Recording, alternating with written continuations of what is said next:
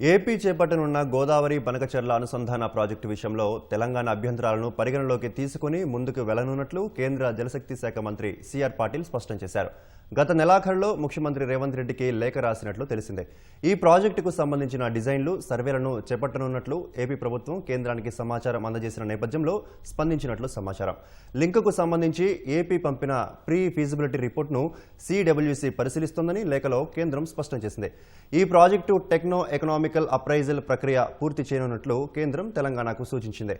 పీఎఫ్ఆర్ను గోదావరి బేసిన్లోని అన్ని రాష్ట్రాలకు పంపినట్లు పేర్కొంది. ఇప్పటికే తెలంగాణ తెలియజేసిన అభిప్రాయాలు, అభ్యంతరాలను పరిశీలిస్తున్నట్లు చెప్పింది. గోదావరి బేసిన్లోని అన్ని రాష్ట్రాల అభిప్రాయాల మేరకు సాంకేతిక అంశాలను, నిబంధనల మేరకు పరిశీలించనున్నట్లు కేంద్ర మంత్రి లేఖలో పేర్కొన్నట్లు తెలిసింది.